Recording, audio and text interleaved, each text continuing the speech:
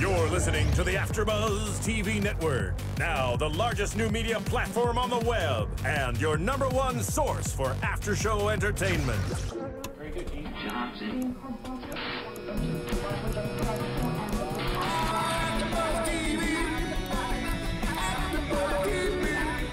From the AFTERBUZZ Studios in Los Angeles, California, presented by Maria Menounos and Bing.com, and streaming live thanks to Akamai Technologies, it's AFTERBUZZ TV's Game Control Live.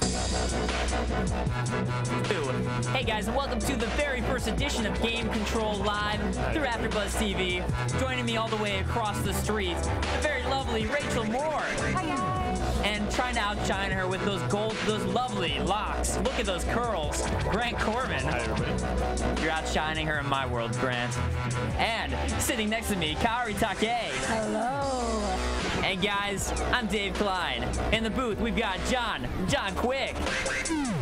What's up, ladies and gentlemen? Are we ready to talk some Gazaman? We're ready to talk some Gazaman. What hot beats, by the way. I gotta look it up again, guys. We'll put in the description what song this is. It's a Smash Brothers Melee remix, so you guys can find it. But guys, today we're gonna be talking some console wars because we've got lots of new rumors, lots of new speculations about Durango, some stuff about the Ouya, and just overall talk about the console wars. We're gonna talk to the state of the Japanese gaming industry, a little bit of moments of our week, gaming moments of the week. IGN Pro League acquired by Blizzard, and we've got a bunch of quick hit news stories for you guys. But let's start out with the Xbox 720/Durango rumors, because we've got a bunch of them flooding in now, a whole slew of them. And I believe the first report is that, like the PS4, Durango won't be backwards compatible. Right, but we also heard in a later rumor that possibly we'll have like an add-on that will Mini. right, kind of like the HD add-on that the Xbox 360 had, but it's saying that the rumor is saying that we'll be able to play Xbox 360 discs, it'll be able to play XBLA games, and that stuff. Yeah, I think the key for me is as long as you can also play the XBLA games, because I've got so many now at this point. I know, and a lot of them are really good, and I want to go back and play them again and again. So if this comes out, I don't care the price. I will buy the add-on. I do have to wonder, though, how hard really would it have been just to make the XBLA games capable to play on the Durango? Like, it seems like not the hardest thing to emulate. I don't think it will be hard. They I want think us this to is buy like, it. I mean, Yeah, the rumors that are out right now it's are all all about the money. conflicting. Yeah. It's all conflicting, though. Like, you have one website going like it does require an online connection. You have another website 2 days later going like it doesn't. So like and then this Xbox Mini rumor, this Xbox Mini add-on, it just sounds like it's that sounds to be like the most crazy rumor I've heard so far. Like there's an add-on, like the little chip for Nintendo 64 to increase the graphics capabilities. It just sounds like it's going to be really expensive to play. Apparently, I heard that it was going to be $500 for the Xbox 720. Yeah, right now, $500 off the bat is the word. And then, according to tech journalist Paul Thurrott, just to throw that out there. well, if they're going to add, and then you have to buy the mini thing to add on. And that's like the arcade edition, like the one that has like the lesser capabilities, the lower like hard drive space and like that. Because you would assume that they're going to come out with, since these are now becoming more like hard drive, more like computers, like you're going to need more storage space for your downloadable games. Like these are going to be like, there's going to be a couple different versions at launch, like a pro edition and like a regular one. There always is. Of all these systems, they always have. Yeah, you got your $400 bundle, Yeah. $500, $600. You gotta just get the big ass one that's got everything you need. And really, at the end of the day, it's always sort of worth it to buy the big one because it's always so much better with everything it has. Yeah, because then if you go out and buy all the little things that the smaller bundles don't have, it equals or is more money than the bundles. Just get the big ass bundle. Yeah, but let's go ahead and also talk about, I mean, this was more speculation last week, but we're still getting more reports and also counter reports that the Durango will be always on, which I am very against. First of all, I'm going to throw that out there because I was thinking about it, and even I do usually have my 360 hooked up to the internet, but when I move or I go someplace new, if it was always on, I wouldn't be able to play because it's not like I have internet set up when I move somewhere. It kind of takes a week or two for that to get going. Plus power outages, all that internet goes down. Yeah, my 360 is UPS. always hooked up to the internet, but I would like the option to not have to be Yes, online. well, some people don't even need online to play. They just rather not play multiplayer and they just want to play single. That's crazy. Yeah, I just think it's insane. When I first heard the first speculation, I really thought like, this is the dumbest rumor. There's no way this is true. They can't be that stupid. And then it keeps on coming out from more and more people. So maybe it is a thing. I don't know. But I mean, the big controversy was Adam Orth. And Adam Orth said a whole lot of things on Twitter. He's a nice guy. What a nice guy. Hashtag deal with it. But so Adam Orth, for those of you who don't know, basically came out on Twitter when these speculations first came out, saying, and he on Twitter, apparently he's Microsoft's creative director of what we don't know. I'm going to speculate I'm speculating he's the creative director of Always On, just because I think it'd be funny if he was. But he said, he just tweeted out, sorry, I don't get the drama around having an always-on console. Every device now is always on. That's the world we live in. Hashtag deal with it. And anytime a protractor came to him and complained on him on Twitter, he replied to them in a very snarky way, basically saying people were like, well, what if I live in a rural area that doesn't have a good internet connection? And he was just like, well, then maybe you should move. Well, what I thought was interesting was like he was actually talking with a friend of his, which is a developer. And at first, like he was sending him replies, thinking that his conversation was, you know, like in between him and this developer. But it ended up being that, like, when you have like creative director at Microsoft or Microsoft Studios in your description of your Twitter account, like you don't have just your friends following you. Sometimes you have like people that are fans of the Xbox or fans of the industry. You know, like they follow everybody they can find following you. And he didn't realize that as he started to tweet out these. Well, maybe he did or didn't realize. How could you not realize if he's talking about Always On and how he's so high tech? He's got to realize it. Come on. Hashtag deal with it. Yeah, if you're on Twitter, you know what's going on. Everyone's seeing all your stuff.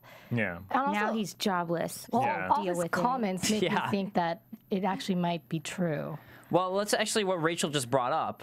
He did lose his job, as you said, over this. I mean, do you think that was justified? Absolutely. Yeah. You can't. Yeah, you just can't do that. You gotta watch yourself. I have some pity for him, but at the same time, I put myself in the same position. I was like, hey, I'm an executive at Microsoft of some sort, creative director of who knows what. But if I said something like that on the internet, and I was like, if I took that kind of tone with it, with the people that like I was discussing this with, I would have expected myself to be out of a job. It's not a shock at all. I think I do still have some pity for him, and there's a lot of people on the internet going like, you know, it sucks, but you know, he really was talking about something that probably Microsoft's going to implement. So yeah. Well, I mean, it's funny because right afterwards, Microsoft came out with an apology saying, we apologize for the inappropriate comments made by an employee on Twitter yesterday. This spokesperson is not this is not a spokesperson for Microsoft.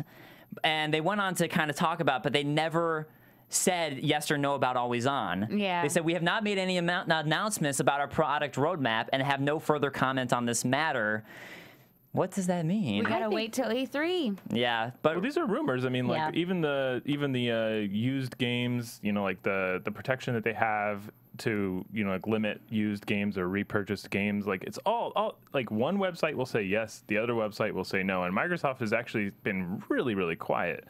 They haven't released very much of anything, and yeah, they're rumored to go to E3, but these are all really, really weird rumors. Right now, the Xbox already has like some bit of online capability that, like, every time I'm signing on, it's asking me, you know, like, you got to sign into your profile. You've got to, you know, like, do you want to download? Do you have to connect to internet for this game, this game, this game, and this game? So, I mean, it's just the next step of what's already implemented on the Xbox. I don't think it's going to be as harsh as what, people are always assuming it's going to be the worst out of it. It's going to be the absolute worst. Like, it's going to, every second it's going to check to make sure that you're connected to the internet. Well, that's because that's what the reports are, is that every 3 minutes they're going to check. So, I mean, it's just based off of those reports. But that's just kind of gamers now. Gamers just always freak out, and they're very dramatic about everything now. What might be really interesting is if these reports are coming out from people that have dev kits, like the dev kits are so policed. Like these kits, like they're expensive. Like they would dial home every couple minutes to make sure that whoever's using it is a developer as opposed to like a gamer. I mean, you know what though? Like we both used to work with G4, and I know like their dev kits, like the Wii dev kit, always had to be connected to the internet at all times. But you'd imagine though, if people are coming out with these reports, they know that about dev kits at this point. We know that about dev kits, so I don't think people would make that mistake. That's a pretty common knowledge in the industry. And back to Adam Orth, though, Rachel Steiner on the chat saying someone needs to learn a lesson in public relations and or community management. And I kind of agree with what you guys were saying, too, which is that, look, I mean, if you're a creative director at Microsoft or whatever your position is, you're representing them. Yes. So you Yes. can't put them in this negative light and put such horrible publicity on them. But someone in the chat's also saying, you know, like Gabriel is saying like that he's the creative director and he tweeted about it, pretty much confirms it. We still don't know what he's the creative director of. Right. So Always On, I'm telling you. He's the creative director of Always On. It's a conspiracy, I tell you.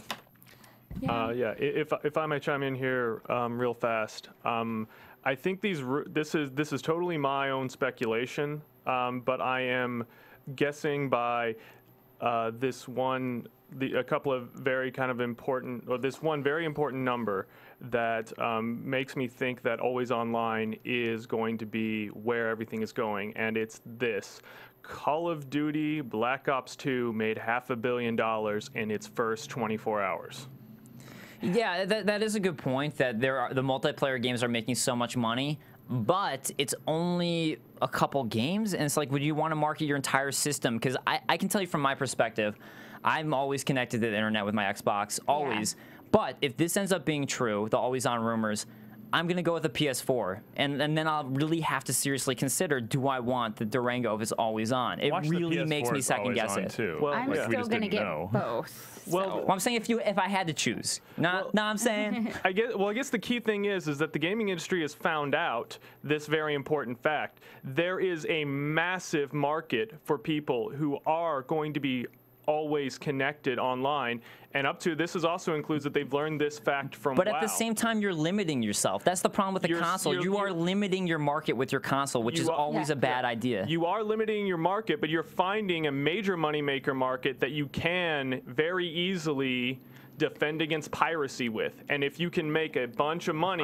and make sure that nobody stuff, can... I think the Always Online, I think people are worried about it, but I don't think it's going to come to a head to the point that it's so strictly policed as everybody thinks that it's going to be. I think they should have the option, though. Oh, they definitely will have the option. I know they're going to build that in. They're going to build in like a serial number into each disc. Like they've talked about how they're going to do it. They're going to do the stuff that makes sense. They're going to do the stuff that tests this stuff out, but I don't think they're going to hard code in the stuff that really makes their audience like queasy. Someone said that they would put it in there and they could activate it after like a couple of years with a simple update. So I think that's far more likely than just like coming out at launch with Always On. I mean, John's talking about like Black Ops and those games, and most of the people who play those games are more casual gamers. I mean, I love Call of Duty 2, honestly, but most of the gamers, those billions of sales, are casual gamers, and if they buy something like the Durango out of the box, I don't think they'd be expecting that Always On and know what to do with it, and I think that's another issue.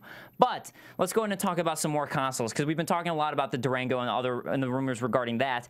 I have a Wii U, so I mean, like, and this kind of like the console war now is Wii U, Durango, PS4, Ouya, I guess. But the Wii U, on CNN, Shigeru Miyamoto was interviewed, and he was quoted saying that there was a period when we first released the Nintendo DS that people would say there's no way people can look at two screens at once. I almost feel like as people get more familiar with the Wii U and those touchscreen interfaces, that there's going to come a point where they feel like I can't do everything I want to do if I don't have a second screen. It's kind of a call. I feel like it's kind of a cry for please give us a chance. They need more games, more like hard-hitting games. They kind of put out the system, and then they were like, "Meh, we don't have anything actually for it." Yeah. We got some awesome games coming up soon, but I think they kind of jumped the gun with the console release. Well, yeah, I think so too. Some of the publishers released their, like their quarterly numbers as well, because we're starting to get into the first financial quarter, and Sony and Nintendo released their numbers. So game sales are down 1.5%. But hardware sales are up 5%. So if you look at like the 3DS, like that's actually selling quite well in Japan. Not the PS Vita. Way to jump topics, Grant. Well, no, I mean like console wars. Like the next PS3, like the Xbox. It's still too early to tell like how they're going to perform, especially with those features. Yeah, well, especially since we don't actually know anything solid about the Xbox 720. Yeah. But I feel like with the Wii U, I agree with what you said, Rachel. I think a lot of the problem was that they released too early. And once again, the problem with the Wii and why it started to falter at the end, yes, it did well for them at the beginning, and maybe they're looking at that. But it was last gen and all of their capabilities. And the Wii U, frankly, is. I mean, apparently it can run Unreal Engine, but probably not to the capabilities of the 720 or PS4. Right. And look, I love me some Nintendo Land. It's a great game, and I always love Nintendo games, but I do think they jumped the gun. It's way too early. I don't think as far as like hardware goes with graphics and what it can run, Nintendo cares that much because their I don't think so audience- either. It's not the hardcore audience that cares or looks for that in their games as much. Yeah, and we've got on the chat Sin Guy saying, agreed, I like the potential of the Wii U, but there's nothing on it I want to play. And like you said, Rachel, too, it really is all down to the games. And it's just like Nintendo, they pretty much are a first-party console for the most part, which is sad, but it's true. But their first-party games are amazing. Sometimes. Right, their first-party games are some of the best. There's just really nothing on the Wii U yet. I mean, there's New Super Mario Brothers U, which is basically just New Super Mario Brothers. It really, honestly, I wasn't the biggest fan of it. No, I want like a real Mario game. Well, each of these consoles has their first. I'm glad Sunshine's the one you mentioned. They have almost the same amount of first-party titles. Xbox a little bit more than the PS3 or PS4 in this case for the next-gen systems. And then on top of that, the Wii U. Like, it came out with what pretty much everybody expected. It didn't come out with 30. It came out with 10 solid titles max. And it really hasn't bolstered that with any new upcoming titles. Like, it's been a very slow trickle of, like, stuff. So if, like, you're looking for 3 racing games to choose from, you don't have that choice. Yeah. And they kind of need to make that, they kind of need to offer that choice to their consumers. I mean, go ahead. I was just gonna say, like, when it comes to the Wii U, it's not my first choice of a console, but I think it's a lot of fun to play with other people. Yeah. It's probably one of the funnest things. So when you think about having a party. Kaori and I were playing some Nintendo Land the other day. When you think about having a party. Yeah, it's a family or a party device. Or even working out, whatever. That's you get what the Wii U. Nintendo But like has John always been good mentioned, at. like we're talking about $500 million in sales for a not that type of game. You know what I mean? Like Call of Duty is not going to sell those units on a Wii U. They're going to sell it on an Xbox. Sure. But, I mean, for Nintendo, though, when you really look at it, they don't have to worry about anyone else making money for their first-party stuff. It's like, we make all the money because we made it and it's on our consoles. Yeah. They usually do pretty well. Even though everyone always has these doom rumors about them, they're doing pretty well. Yeah, they're still fine. I mean, it's a family console. It's a safe console. Even like if you have a family and you have kids, it's a good one. Yeah. I think one of the dark horses that I'm looking out for this year is the Steam box. That is more mysterious, in my opinion, than Let's the go ahead and Xbox jump and on the that. PS3. Yeah. Like the Steam box in general, like no company has basically been able to shove the PC into the console war. The PC's always been considered like that third or fourth party even that never really could get a leg up on the competition. Like it has its holdouts, it has its fans. I'm a fan, you know, I love my PC. That will be the first thing that's upgraded out of my entire lineup of consoles. But with the Steam box, that might actually be the impetus to get a cheap computer in front of families and connected to your TV. You mean like the Ouya? Yes, but unlike the Ouya, the Steam box will be able to play all the titles that you're used to being able to play on a console because they're currently being released simultaneously for the PC. And it won't have the problems that the Ouya had. The issue with the Steam box, though, is, and this is the issue that I kind of realized when we saw that report. I'm not remembering the name of the Steam box that we got, that then Steam decided not to back anymore. Oh, they were showing the prototype. The prototype? It was the Piston. The Piston, yes, the Piston.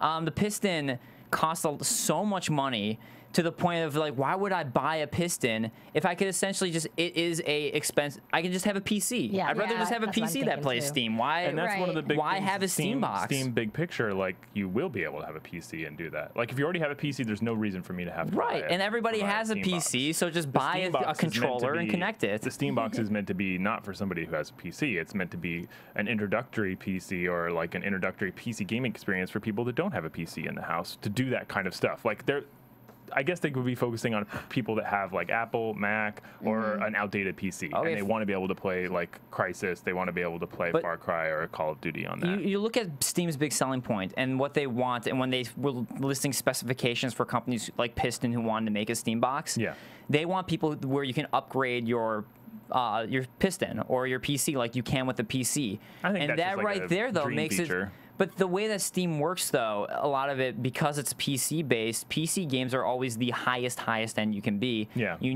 need to spend a lot of money if you really want to play those games, and that's what gives PC gamers their edge.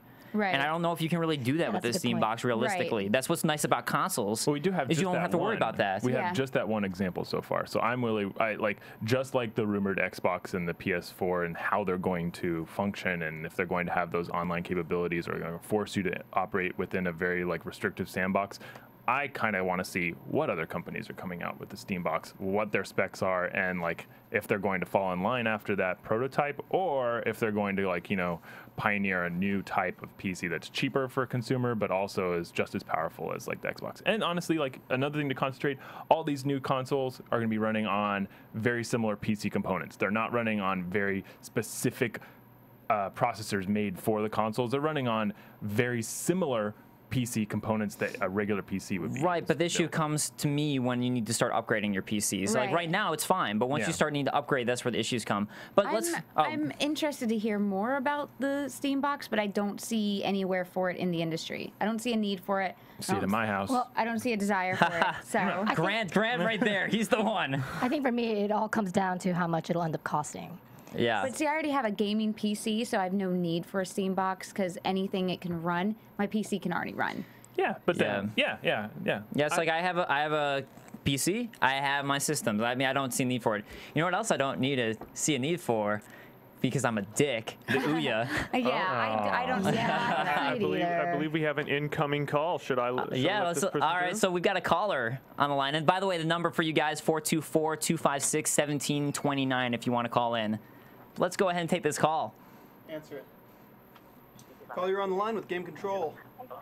Hi, I was hoping to join in on the Steam Box discussion. Yeah, what's your name? Raychul Steiner. Raychul Steiner, how's it going? Yep.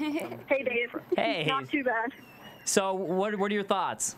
All right, well, basically, first of all, you mentioned Mac computers and kind of targeting those people.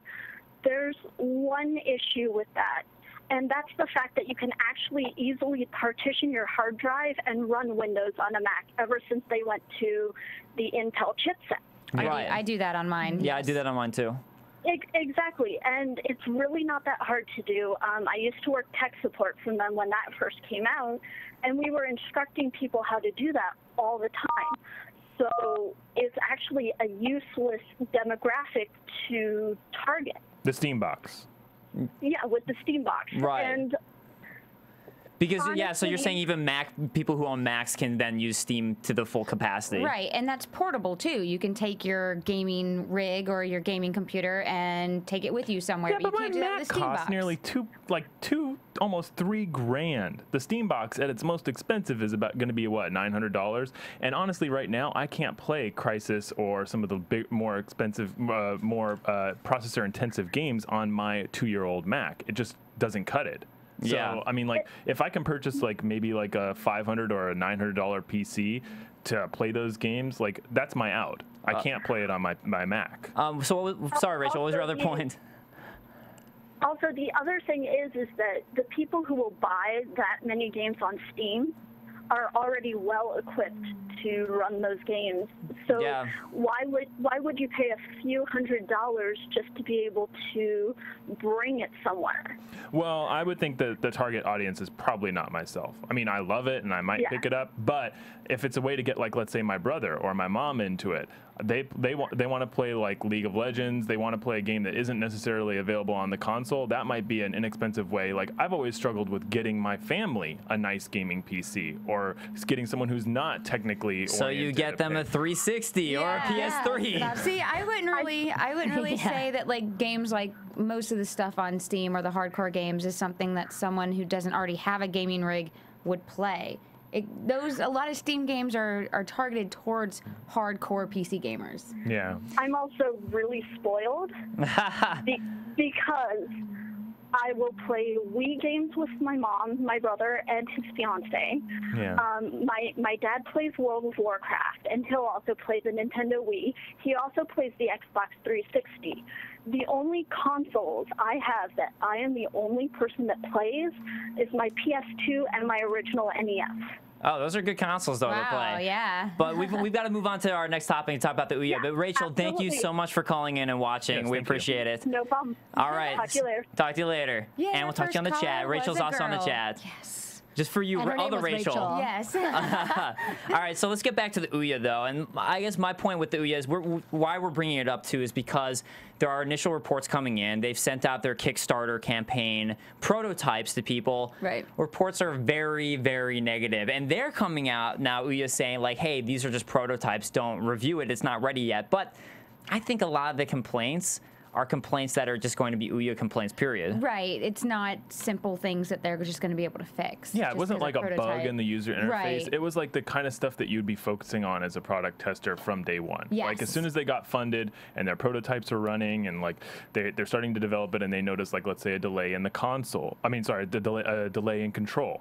Like a latency, and if that still exists and they're shipping that in the prototype unit, that's not going to help game designers develop games for it. It's not going to help the like the review community review it better. It's going to kind of give an idea that they still haven't been able to squash these problems or bugs from the year or so that they've been working on it. And the issue, guys, for you who are curious is, I mean, there are interface issues which can be fixed, but a lot of it's just the fact that the Ouya is basically an Android console. It plays Android games, but that basically means that you're running off of a freemium model for a console system, which doesn't really work because you're getting constant pop-ups asking you to pay money because it's freemium based.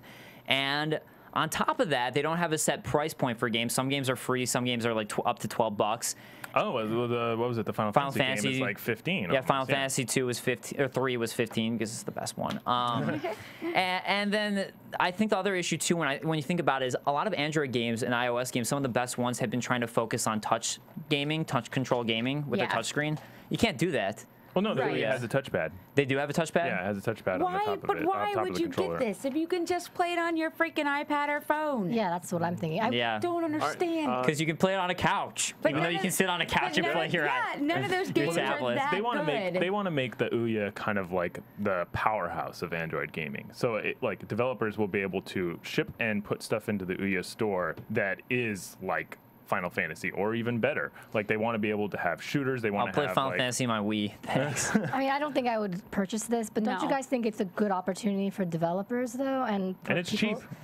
No, because I think already even the like Apple Store is overrun with so many different stuff. You really don't know what's good and what's crap, and a lot of it is crap. I just don't see why anybody would want this system. I totally agree with you. Totally agree. Let's jump on a little bit briefly. Let's talk about the PS4 compared to all of these. And I think PS4 has been doing a good job of announcing things. Yeah. I just the fact that they had their lineup of games to show you to get you excited. Yeah. To me, that was the way to do it. And I'm hoping that we don't know what we're going to see from the Durango, but I hope we see something similar. Well, the last generation, the PS3, when it was debuted and like it was shown to press and people at E3, it didn't come with this type of lineup. So to see them come out of the gate with some very like their centric titles, their first party titles was really good. I think their launch was very good. I think when they come to E3, they're going to have stuff to show people on the show floor and at their press conference. Capcom's new game looks so awesome. I'm actually looking forward to the PS4 the most. From all the rumors, I feel like the PS4 is the one that I'm going to go for. Xbox seems a little more like take over the house. Yeah, that's kind of what the rumors are. I need actual stats, like real stats, before I can make a decision. Yeah. I'm excited for the PS4 mainly for the streaming aspects. Yeah. But coming out of this generation, I was more of an Xbox 360 girl, so I am kind of. I think that I was Xbox too, which relates to later. I think that Well, Xbox is Xbox going to have that 360 streaming girl. as well. I think they're going to have that streaming capability as well, and like all the developers know that they want to have that. I mean, like you saw Call of Duty. It's like they want to be able to upload your play in real time, upload your video after you've done a great match and whatnot. So I think that like they're going to give that software capability to the developers if it isn't built into the final Xbox. Well, another thing for me is if the rumors about the Xbox, the new Xbox, getting the add-on to where I can play my old Xbox 360 games and Xbox Mini. Live Arcade, if that is true, that might actually be a huge turning point for me, because with the PS4 not being backwards compatible, that kills me, because they just made me buy all the HD remakes of games that I loved on the PS1, so I had to rebuy them for the PS4 3, and now that's not going to work on the PS4. That's robbery. Yeah. I mean, I want backwards compatibility so bad on all the systems, but I think we're getting reports that PS4 is going to do the same thing as 360 or 720 with an add-on. They said that they would like to have the full library online one day. You look at Sony's It's like record, when the Wii released the Virtual Console online one day. This is not going to actually happen anytime soon. Definitely not time for launch. So that might actually be a make it or break it for me. Yeah, that's really frustrating, because like there's so many great games now that you can purchase all around PS3 from all of Sony's generations. And Yeah, that's Fatal Frame. doo-doo. Fatal Frame is on PSN now. Scariest game known to man. I still need to play that game. I need to play Fatal Frame. I love scary games. So good, so good. Love it's gonna scare you to death. But yeah, I still need to get Demon Souls, by the way, speaking of which. But yeah, I was more of a 360 gamer like you, but PS4 at the moment has me the most excited. So I'll be excited to see. It's only when you know anything about. At the moment. Well, that's probably why. That's probably true. But anyways, I was excited to see what Durango announced until these always on rumors, but maybe it's just Sony reps pretending that this is real and leaking that out to piss people off. Well, you never know. Well, Dave, I think I would be more comfortable with the notion of no backwards compatibility if I thought that these systems could last more than 5 or 10 years. Well, they're getting longer. The console cycles, like the 360 PS3 console cycle was really long. I'm not talking about the console cycle. I'm talking about the console's life itself. I have a Nintendo that is as old as I am that still runs to this day. Really? Because I'm on my 4th NES. And by the way, I have to make a votive offering to the gods to get my PS2 to work anymore. So yeah. All right. That's the difference between a disc and a cartridge. I'm on my 4th 360. So as Grant was mentioning though, and ruining our topic lineup. Yeah, I had moved on to Japanese gaming industry. Yeah. So he was mentioning before about how. Just with the Wii and the state of the Japanese industry, our hardware sales are currently up for Japan, and that kind of brings us to what we're going to talk about next, which is the state of the Japanese gaming industry overall. Yeah, overall it saw growth. And it's overall growth. Their hardware sales, the reports are coming out this year for this quarter, are up, but their software sales are still down. But overall, it's up, so they're doing a little bit better. Yeah, but for an industry which is going like, oh, we need to have better software, or we need to focus on our software. That's kind of like it's like you in one conference call you're saying, like, oh, we need to sell more units of software, and then the earnings report comes out and they're saying, like, oh, we made more money selling hardware. It's kind of like, are they going in the right direction? Do they know what they want out of their industry, or do they know how to market themselves to their fans and whatnot? Yeah, and I agree with that speculation. I'm just listening. Okay. I want some more like weird Japanese games, like Katamari and Tulip. I love Japanese horror games. Yes, need Japanese more horror of games. that, more weird stuff. Can we just get like the arcade version of Badong Badong? What's the one called where you play the game with your butt? Yeah, if they bring that to America, play that. That would be awesome. Yeah, live stream that. But the reason I'm bringing this up and we're talking about the Japanese gaming industry, a big reason is because of Yoichi Wada, who is the former Square Enix president. He just stepped down this week and had his resignation, and it was released so we could see it. And I'm going to quote here from Yoichi Wada saying, quote, "I personally would have liked to wait and hand over the firm when Square Enix is at its best. However, the huge loss was like a voice from the heavens telling me it's time to move on. After giving much thought, I have judged that it would be best to support the company in other ways as I hand over my roles and responsibilities. For this reason, I've decided to step down."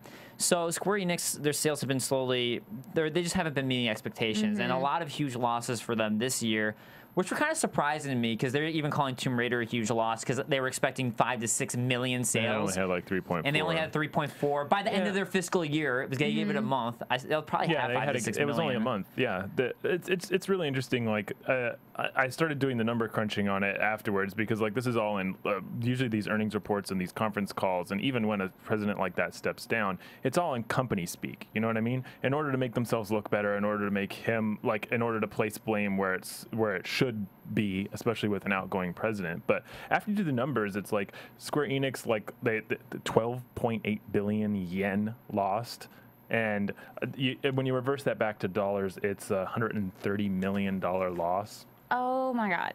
So like when you're selling games and you're expecting thanks for doing that conversion for us, by the way. Yeah, I know. I would like that money. When you're doing when you're projecting to sell 5 and 6 million and you're selling 1, or you're selling 3.4, like at first I was like, oh, these projections are just way off, and like you shouldn't be doing projections like that. But they're producing these, you know what I mean? And they're also like they're producing the units to sell, but they're also developing the games for that much money. Like if you think about a $130 million loss, or even if you were like to factor in, like, let's say I did the numbers on Tomb Raider, 3.4 million units sold. Yeah. If they were selling it for $30 a game, and that's accounting for margins for retail, because retail, all that, yeah. It made like 100 to 200 million. That's Yeah. it. But like a game But that like was in a games like month. that, yeah, but games like that are starting to cost as much as movies. So you're starting to get like voice actors and budgets that are inflated, and that's why you're getting like these projections or these needs to sell millions of units. But you know what? If you're a Japanese gamer, it'll cost an extra $30 for the Japanese dub. Yeah, that's what I heard too. Oh god. I think a lot of Square Enix's problems, and I kind of agree with on the chat, Curtis AG Gamer. At least, no, sorry, Paul Jacobson. Sorry, Paul Jacobson throughout that FF14 hurt them bad, and I'm kind of a big proponent of this. Is that a lot of companies are taking risks with MMO games, and FF14 was just like. I think that was a huge hit for them because any MMO game, you're spending millions upon millions upon millions of dollars to make the game, to run the server, and I really think it's one of the most expensive games that they could go. And after FF11, fine, that was a good experiment. It didn't go well, and I was just surprised they decided to go again with FF14 and try and take that risk again. I just think that Japanese companies have trouble with change and adapting to things that they're used to. Yeah. That's really what it comes down to. You know, that's actually what Keiji Inafune was complaining about, who's the creator of Mega Man, was that exact complaint. Well, it's a cultural thing in Japan. Like, they have a hard time. That you want like more of like the weird quirky games to Yeah. come out from Japan as well. But I like the fact that Namco announced Dark Souls 2. Because like for me, like if I had to look back across the entire like last 2 years and like what Japanese games did I like the Kohrmann, like I played Kohrmann, like the remakes of it from on my iPhone, on my PS Vita, all that stuff. But Dark Souls getting announced is like a major like plus for me. You know what, let me bounce off of you that and transition to our next segment, which is Moments of the Week. And this is going to be our gaming Moments of the Week. Bring it a little lighter after this serious conversation because, and the reason I bring it up is because Dark Souls 2 12-minute gameplay footage on IGN is my moment of the week. And Dark Souls is, I've been kind of trying to compile my favorite games of all time and redo it. Right now it stands as my second favorite game of all time. I love Dark Souls. I love the shit out of it. I'm gonna drop that word because I love it so much. I've always been a big From Software fan because King's Field on PlayStation, not a very well-known game. It was a first-person RPG. Love that game, and you can see all the influences of it into Dark Souls. And we're gonna pull up some footage of it now, Dark Souls 2. This is just the trailer that we're gonna be playing for you guys because I don't think we have the rights to the gameplay from IGN, but it's the newest trailer that we're dropping. And I just want to talk some Dark Souls 2 briefly for you guys because I love it so much. But basically, it looks like the new Dark Souls might be taking place in the painted world of Ariamis, which is what a lot of the speculation is, because they're showing in the gameplay footage Castle of the Dragons and Mansion of the Dragons, and the Castle of Dragons really looks like the painted world of Ariamis. And we're trying to speculate, a lot of the people in the community who are Dark Souls fans. Careful how you say that. What's that? Painted world of Ariamis. Yes. If this is a way to EMB that there, Dave. Yes, it looks like it might be a prequel to Dark Souls as opposed to a sequel because there's dragons, because the bonfires are still lit and there's bonfires. And I do want to give a big shout out to one of my big celebrities, to me, Epic Name Bro. I love him. If you guys ever have Dark Souls thoughts or questions, go to Epic Name Bro's channel. But he gives a great breakdown of the gameplay, great breakdown of the trailer, breaks down for everybody what we're seeing, what the lore is, a lot of the gameplay differences that we're going to be looking at. So definitely check out Epic Name Bro on YouTube if you guys are big Dark Souls fans. But that is my gaming moment of the week. I don't know. Do you guys play Dark Souls? Gaming moment. Yeah, I played it. I enjoyed it. I think the trailer announcement and like the sequel is just like that's a boon. You know what I mean? Yeah. Like, for Namco, that's a really big boom. It's one of those games for me that other things I was playing at the time when it came out, and so it got pushed back. But then more games came out, so it had to get pushed back again. Never quite got to it. Like Deus Ex Human Revolution. Yes, I'm going to. Oh, that game was really good. Deus Ex Human Revolution is also one of my favorite games of all time. That is a really good game, but yeah, it took me it took me forever to finally play that. But same with Dark Souls, I'm going to play it. I swear. When? I don't know. Well, if you're waiting until the next console generation, you might not be able to play it. I'm going to force you to play it. I know. It's totally a game. I know so much about it. A lot of my friends swear by it. It's totally a game I know I'm going to love. I just haven't had time. I love challenging games, and it's a super challenging game, which is part of it. But it's also that there's so much hidden lore to it and so much depth that's not there in front of you that you have to discover for yourselves. I just love that. And the character design, the art direction, the monsters you face are actually like every time when I first played the game, I would get to a boss, I'd just be like, this is how the hell am I going to beat this boss? He looks like I will never be able to beat this game. It's not possible. So you get the biggest sense of accomplishment when you beat the bosses. I mean, now I'm on like my 3rd run through, 4th run through, and I'm like, wow, this is easy now. But I mean, I just love the game. It is so well designed. I majored in game design, and just thinking about the game design aspects of it, I just think they did a fantastic job covering all elements of the design. Well, if you've seen the reaction to this trailer being released, like, if there was one thing that Namco could take away from this, it's fact this is a game that spans continents as far as their fans. It wasn't like they released the trailer in Japan and it was only Japanese, like the Japanese public that got interested about this. You had a huge contingent of, you know, like Western gamers who are just like, I'm in line to buy that first day, day one. So like that's them appealing to their base, like I was saying before in a previous episode. Like they need to appeal with their core games. They need to bring their games to the front. That's them bringing a big game and, you know, like saying like we are willing to bring this out this year. Like that's what they're going to be coming to E3 with. Stuff like that. So Dark Souls was one of the biggest games of the year. It was up in contention, and the other big game that it was up against was Skyrim, which I know leads to Kaori's game of the week or gaming moment of the week. Yes, my gaming moment of the week was I was on Reddit and I was looking at the Skyrim Reddit, and there is now a Skyrim food truck. So I thought that was really cool. And that's specifically for Elder Scrolls Online, which they're working on. They're working on their own MMO. You need to download the Skyrim nude patch. That's Rachel's thing. Yeah, look at that. If you can scroll or whatever, there's actually a menu. There's a little food where wagon. there's actually food. I kind of wish that they had the ingredients like grilled leeks and all that random stuff. Oh yeah. Definitely want to have this food truck come our way. So where is this food truck? It looks like it's I don't recognize it. Looks like it's in New Mexico over by Breaking Bad set or something. It looks like it's in like England actually. Yeah, to me this is like the most random. Sometimes companies do the most random well, the Homefront game had a food truck rolling around on the Mid Wilshire area, and when that game came out, like I was like, I don't get it. Because, like, honestly, like, what does Homefront have to offer for food? Like, there's a picture of the blindfolded guy on the front, and, like, obviously the blindfold like, basically says, you know, like, oh, he might be executed. Or, you know, like, it's like I don't really, like, understand the appeal of the food and, like, the war and because when you eat, you're happy. It's one of those things when you're happy. This one I understand because I was cooking. Yeah. You know what I mean? I was cooking in that game, and I understand the appeal of it. Good point. And if you get the hearth set? Hearthfire set, that's all about the home. Wasteless deal. Yeah, that one's fun. Jeez. No, I like it. You know what this reminds me of, like publicity, things like this? It reminds me of like the Turok, name your baby Turok publicity. I forget which company it was. I think it was Sony, maybe. Not Sony, but regardless, there's the whole, if you name your baby Turok, we'll give you $1,000. And name your baby, get a tattoo. Get salmonella from a food truck. These are all bad ideas, just so you guys know. Don't get a tattoo. Don't name your baby, and the food don't name your baby anything. But Turok over there, what's your gaming moment of the week? I had to go through a really big deal to get that name changed too. It's ridiculous. My gaming moment of the week is Far Cry 3's standalone expansion announcement of Blood Dragon. Yes, that's like everyone's favorite moment of the week. Well, apparently not you guys. Well, Dark Souls 2, baby. I'm on Dark Souls 2. But you know what? When I saw the cover stuff for this stuff, I wasn't as excited until we saw this. Yeah. But Grant, take it away. VHS quality, because we all know that that's what reminds you of 80s. Yes.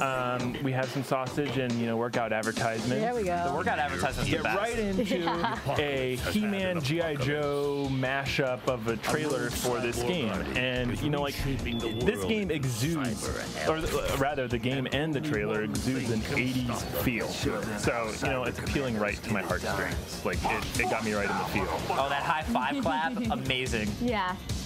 But yeah, and when you watch the gameplay itself, which you're about to show, everything has that cool neon. And remind you, this is Far Cry 3. So this is the game that was like very it had some psychedelic elements to it, but it was very rooted in reality. Like and it was down to earth. They thought this was an April Fool's joke. Yeah, and this did come out. Hey, it came out in like the first week of April. I love the second week of April. Metallic flip off there with the mechanic hand. I'm gonna play the hell out of this game. I wonder how much it's gonna cost. And I'm gonna giggle the the whole time. You know, I have to be honest and say I've only played a little bit of Far Cry 2 and I haven't played the others, and this trailer makes me want this so badly. Yeah. Well, this is a standalone. This is like it's standalone completely, so you won't need to have Far Cry to actually play it. You're just going to get the game. You're going to download it, or you're going to, if they release a disc, you're going to get the disc.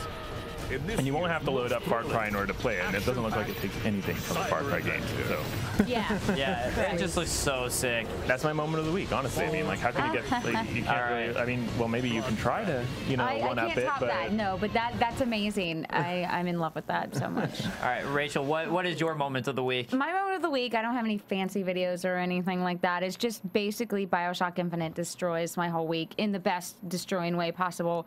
I was like playing it and I haven't finished it yet, but like this thing happened and I was like, no way. And the game was like, yeah, way.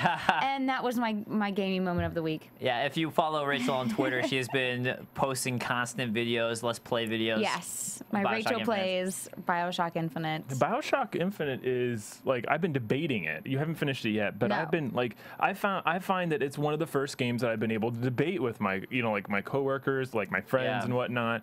Grant and I were debating it. Yeah, it's like it's a game that has a very controversial pedigree and ending. The way that it ends is going to be. Not only is it a surprise. I didn't know how it was going to end before I started playing it. Luckily, but it's a debatable game. It's something that you can wonder over for a long time. And there's Yeah. DLC to come. My review is going to be spoiler everywhere. So it's going to be just actually me talking about the ending and my thoughts. So Yeah. I'm excited. Well, as long as you say it ahead of time. My friend and I were, after I finished it, just like had multiple. We were emailing us a friend from back home who now lives in Silicon Valley, working for NVIDIA. James Melton, this is your call out. But we were having like literally like a multi-page discussion and like debate over the game and talking about it. So it's just like it's definitely great for that sake. It's a great game to talk about. Great fun for that. But guys, that wraps up for our gaming moments of the week, and we're gonna get a little bit more serious here because IGN Pro League has been acquired by Blizzard, and there were a lot of there were kind of signs leading up to it because IGN had a big tournament scheduled for March 28th through 31st in Las Vegas. They canceled it. I didn't see this coming. A lot of worry, and Grant, you know, I think you are the one who knows the most about this, so I'm gonna let you probably. take it Out away. of the people here, I probably play the most real-time strategy, or I follow real-time strategy games the most, I think. I don't know. I haven't polled you guys yet. This was really a shock to me. Because like I was telling Kaori just before we started, this is like a major sports league buying a channel like ESPN. It's pretty significant because it outlines this dedication by Blizzard that they're going to rebuff and like rebuild the IGN Pro League. They're going to cover their like their StarCraft matches through it. They're going to cover like let's say World of Warcraft Battlegrounds. So when BlizzCon comes around, and even during when BlizzCon is not running during the rest of the year, like they're going to broadcast and cover these matches through their IPL or whatever they decide to name it. It's really interesting. Like, I wonder if they're going to give the same kind of front page status or going to cover the other competitors' games as much as the IPL used to. Right. I think they won't, and that's a big reason they did it. They're like, this is our chance because now League of Legends is getting big. Let's put Blizzard back in the front lights. But that's what I'm trying to figure out. Like, I would like an IPL or like a major network like that to feature League of Legends, Dota, feature StarCraft as well, and any other like MOBAs or like online role-playing games that have competitive matches like World of Warcraft's Battlegrounds and stuff like that. The PvP aspect is just like it's riveting. I sat BlizzCon 2 years ago. They didn't have one last year, but 2 years ago, like I came there for the role-playing games and I sat in the audience watching the StarCraft players play the entire time. Yeah. I mean, I think that they're doing this to try and push. Maybe they'll have the League of Legends tournaments, but that won't be as big of a deal as the StarCraft 2 tournaments. What I'm kind of curious, though, is if this was a good move for IGN, because IGN is saying that they didn't really have the resources to do it anymore. Yeah. But e-gaming is really getting bigger and bigger, and I mean, maybe I know it's not their thing because they're more about news coverage, but it seems like why would you not want to have? They had their foot in the door and they had a big hand in this.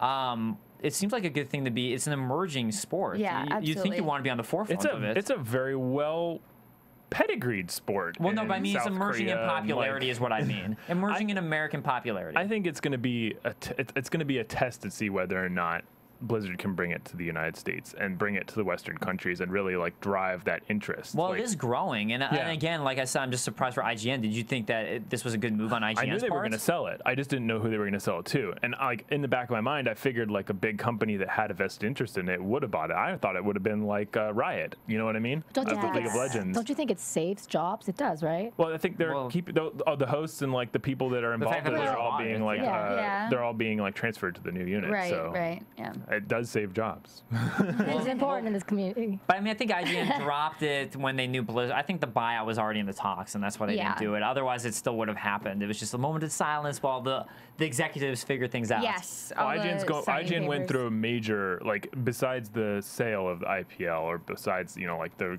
offloading of it, they were going through a major reorganization in the last 3 weeks. So.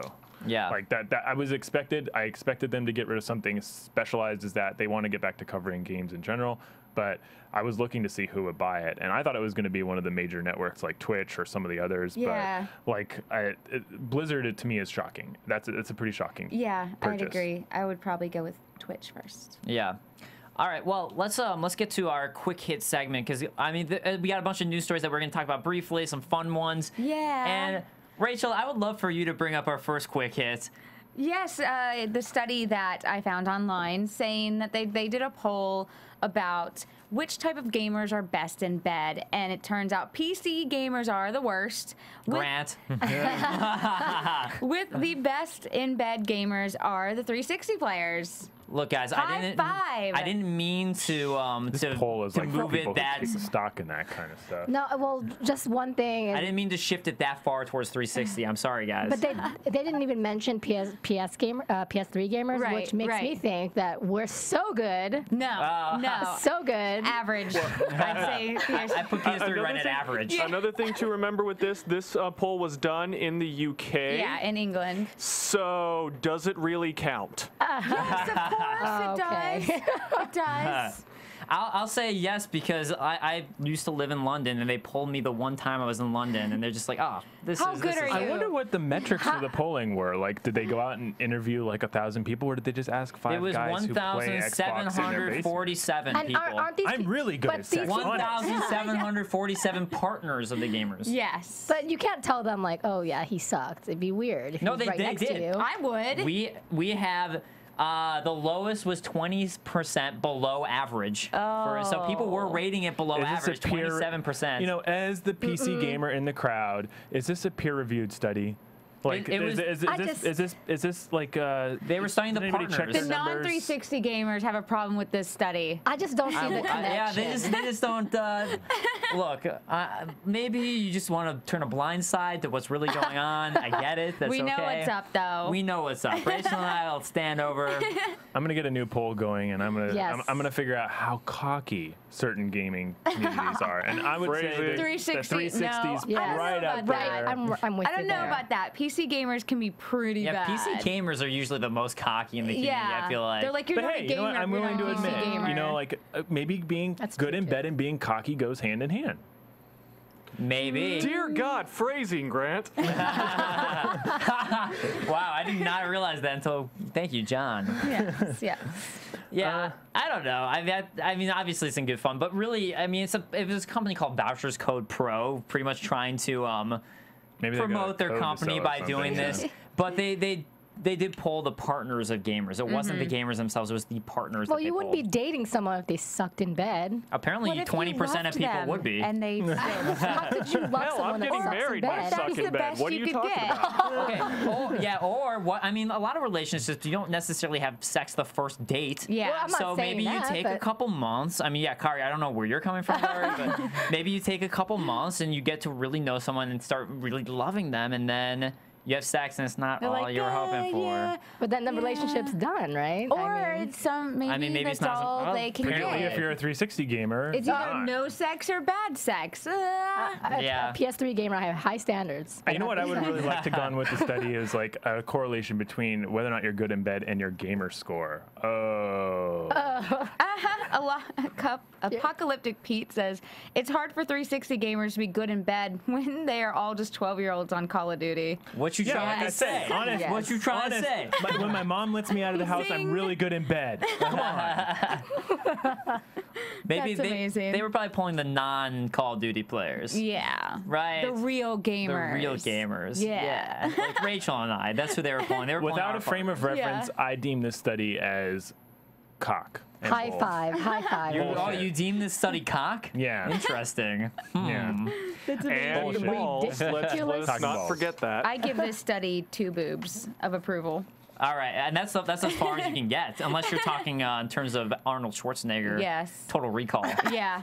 Then we'd have 3. All right, I give it 2 boobs of approval too. Then that I don't have. 2 pecks of approval. There we go. That works. That 2 works. rippling pecks of sexual prowess of approval. See, these are the Xbox 360 Dave, do we gamers for need to y'all. leave you alone with yourself for a little while? Jesus Christ. Sounds Look, like I don't know it. if you guys can see in the studio, but that over to my right is a bathroom. So I'll go over to the bathroom group. I'll be back. Oh my goodness. All right. That's amazing. With that, and speaking of body parts and things that happen, this is a horrible transition and gross, but Golden Poo, guys. EA won the Golden Poo for the second consecutive year. Yep. Wah, wah. I kind of saw it coming based off of Yeah. everything. I mean, because it was more that the poll happened. It was on the consumers. It literally started right when the SimCity debacle happened. Bad timing, really. Yeah, a bunch of bad timing. A whole lot of bad timing. But I mean, like, I don't place much stock in this. I mean, it's run by the consumerist, isn't it? Yes, it's run by the voted consumers. on by consumers, which I mean, like, still that does give an air of like this is what the consumers think are bad companies. But still, I mean, like, it's not like these are not people that are well known for their how do you say cultured and like tempered responses. These are the people that like post on comments like when they get a like a bad cup of coffee, or they like they get a bad shakedown on a game, like, or they don't like like an online component or a DLC, something like that. You mean when you look down at our comments? I'm just surprised that they beat Bank of America. People are losing houses, but people are like, no, we Time can't play Warner. games correctly, so let's give them Yeah, this one. that Time was actually the Warner's the final worst. bracket there. Yeah, Yeah. Time Warner. Oh my God, I hate dealing with them. See? They the make me cable want to kick puppies. the cable companies and the big game companies like EA and Activision, they're always into the final 14, 16 of these like consumerist, like, worst company of the year lists. And I mean, like, once you see some of these companies that offer so many of our essential services, TV, video games, banking, your internet, it's just like these are companies that like are part of your everyday life, and yes, some of them have bad customer service, but some of them like go out of their way to appeal to their customers But and these provide ones the best don't. ones. They don't. That's the problem. And EA's also had a lot of reports before internally that is horrible working for them. Yes, I've had friends that have worked for EA, and they have never said a single good thing Oh, about that it. sucks. Yeah. So I mean, it's really it's also us getting the internal reports. Yeah. But let's move on to some games of tomorrow. Oh, I like that intro. That's specifically why So I titled it that way for sci-fi. you guys. I like it. And Sound plus, effect was brought to you because by Rachel- Stephen Lemieux. Yes. And because Rachel was at Disneyland yesterday. I was in Tomorrowland Probably until 1 Tomorrowland. a.m. That's why we're Yes. doing games of tomorrow. Yay. Land. So we got a bunch of reports about games that are going to be now speculated to come out for the PS4 and 720. Yeah. Which would be Well, we already knew that like Watch Dogs and Black Flag or Assassin's Creed 4 Black Flag was coming for the PS4. But according to some of the guys that worked on the game, their LinkedIn profiles, it looks like those are coming out for the new Xbox as well. so They're we're going to be releasing some of these games. Like, I think these are going to be cross-platform, meaning like, especially as we go into the transition, you're going to see some of these companies develop their big franchises, not their like console-specific. Like, you aren't going to see the launch titles for PS4 bleeding their way into the PS3. But you will see these like franchises that release one game a year, like Yeah. Assassin's Creed. Yeah. and, Yeah. We need to now- slow down with those guys. It's a little like too we're much. starting to see that with Batman: Arkham Origins. Like Yes. you're going to see some of these go like, okay, yeah, we're going to develop the game, and at the last minute, we're going to make it specific to a particular console. So if the Xbox 720 or whatever it's going to be called hasn't gained as much steam. But that costs so much money because if they're programming it for both consoles, you'd think they'd just release it on both. Yeah, but they already are programming and releasing multiple versions of the game for Xbox. Right. I don't think they're going to cut out one. Is all I'm Wii U saying. and PC. So that specialization isn't going to hinder them from making it from both the Xbox 720 and the 360. Right. All I'm saying is they wouldn't cut out a console they're going to release it for. That if they already programmed it for the console. Yeah. Why would you do that? That was silly. Yeah. So, but you mentioned Batman Arkham Origins. I know. And then there's Kaori's excited about that one. Very excited about one. I love Arkham City. Interesting side note, that's not being developed by Rocksteady, if I believe. No, it's being by Warner Brothers Montreal. Warner Brothers Montreal, yeah. It's a Warner Brothers game. And the other thing about Origins is that, I mean, I'm not going to spoil the ending of City, but after the ending of City, it kind of led to, well, what brings the future? Because there's some big things that happen. But Origins is going to be a prequel, so like potentially Dark Souls 2. But a lot of prequels. Killzone Shadowfall. But it's prequel, right? Yeah. So Origins is going to be a prequel, and that's kind of what we know about at the moment. And it could be bad guys. I mean, I loved City. I was bought it hoping to be like Metroidvania style, and it ended up being more GTA. I liked it, but nothing wowed me about it. No, I wasn't as wowed about it this either. This is really cool, and the more I played it, the more I was like, yeah, and I just kind of moved away. I had so much fun with it, and the DLCs were really good too. When I play an open world game now, all I want to do is I just want it to be Saints Row, and if it's not Saints Row, I'm disappointed. You just want to be able to smack people with dildos. I just want to run around naked with a giant purple dildo. That's right. Purple dildo bag. Exactly. But yeah, I mean, I did really like City, but I agree with you. It wasn't all I was hoping it would be. But that's because I got it because people told me it was Metroidvania style. I love Metroidvania games. Right. And it was open world. Well, so you had expectations. So I had the wrong expectations for it. Yeah, you expected something else. So that was more of what it was. And I think it's because the original Arkham City was more Metroidvania. So that was kind of what happened with that. But still, I'm excited for it because it still was a great game. Yeah. And one of Kaori's favorite games. It was one of my favorite games of 2011. So definitely excited for Origins. Yeah. And an interesting tidbit of news is that we've actually got a new game coming out from Insomniac. An entirely new IP is going to be coming out in May. And Ted Price was talking on it about how releasing a new IP at the end of a console cycle, which is kind of a thing that usually people will hold it for the new system. Is this Fuse we're talking about? Yeah, we're talking Fuse. Okay, yeah. So a little surprising that they're releasing it when they are, but I think as long as it's a good game, it's Insomniac. I think it'll still do all right. They're going to be able to do it for both consoles. You're going to say like, why not? You know what I mean? Yeah. Like if a couple million people go out and buy the new PS4 on Christmas and Day since it won't be backwards compatible, they're going to make it. They're going to make these games like you're going to see for the first 2 years, maybe even longer. They're going to come out with these big budget titles. Like, why not spend the extra couple $100,000? Not millions, not like hundreds of millions to bring these games to multiple consoles. So you're going to see games come out just like we saw with the PS2, PS3, and even the Xbox 360 transition. You're going to see these games, especially the big ones, the ones that they want to sell millions upon millions upon millions of copies, come out with versions for both consoles, Xbox and Xbox next generation, PS3, and then the PS4. I did get my hands on some Fuse. When was that? It was like after PAX Prime last year. Yeah. So I'm really, really, really interested and excited to see more about the game. I liked what I got to play. Yeah, and I think Insomniac always has done a great job with new IPs, and I love seeing new IPs, so I hope it does well, because it's a new IP. Come on, guys, let's support a new IP. I love co-op games, and the game really, really wants you to play with other people. Not so much against each other, I just downloaded Battle Block Theater finally came out 4 years later, but it's really good. It's I've been playing that with John. It's a co-op game. For me, it's Watch Dogs and Killzone.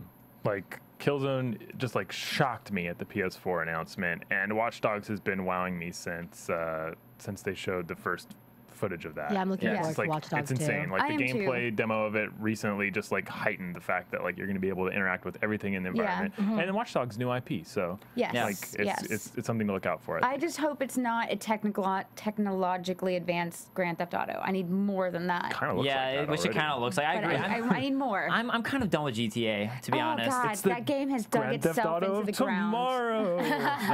It is. Oh, that was amazing. Okay. Good. Nice call. But let's go ahead and wrap this up, because we've got an hour now with saying what games we're currently playing right now, and then we'll log out with where you can find us. So, I mean, right now I'm currently playing Battle Block Theater with my good roommate John Quick, and I'm going through another playthrough of Dark Souls because I just love that game, and I finished every game. I'm waiting for Injustice to come out. What are you playing, Kaori? I am playing Tomb Raider right now on the PS3, courtesy of Dave, and good game. Yes. I'm playing Guacamelee right now, finishing it up. That was awesome. Yeah. I want to play that game. Let's see, I'm playing Bioshock Infinite, of course, and still doing Guild Wars 2 basically daily. Always achievement hunting on Twitter. I always see it pop up.